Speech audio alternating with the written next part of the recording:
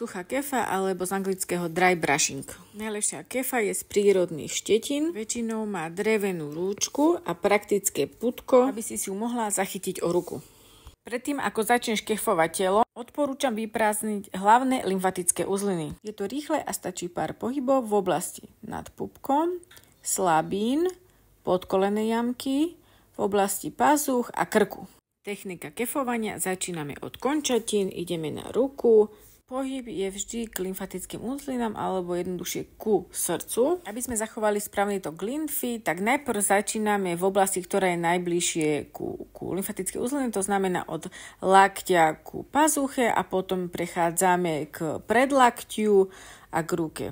Na konci môžeme všetko jedným dlhým ťahom smerovať do lymfatických uzlín. Telo si rozdielujeme do viacerých častí, takže náš trup od pupka smerom hore všetko ťaháme do podpazušia. Dôležité je, aby si nepoužívala silu. Tlak by mal byť príjemný, nie bolieť. Predstav si, že si dáš na ruku 2-eurovú mincu a chceš ju posunúť. Takým tlakom približne by si mala cítiť. Dry brushing je jednoduchá a veľmi účinná technika.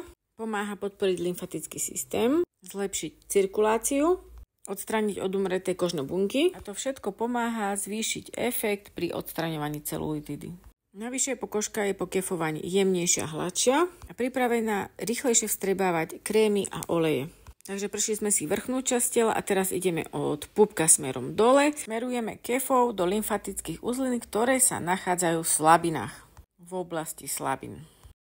Prejdeme si oblasť, ktorá je najbližšie ku uzlinám, to znamená od kolena smerom hore. Tam môžeme pracovať dlhšie, keďže tam je oblasť, ktorá je postihnutá celulitidou. V oblasti zadku môžeme používať viacej techník, krúživé pohyby alebo také ťahané. Na konci tejto oblasti to ale stiahne všetko do uzlín. No a potom si prejdeme vás od členkov do podkolenej jamky, takisto všetko ťaháš smerom hore. Aby si sa dozvedela tieto horúce tipy na celulitidu, daj si odoberať kanál.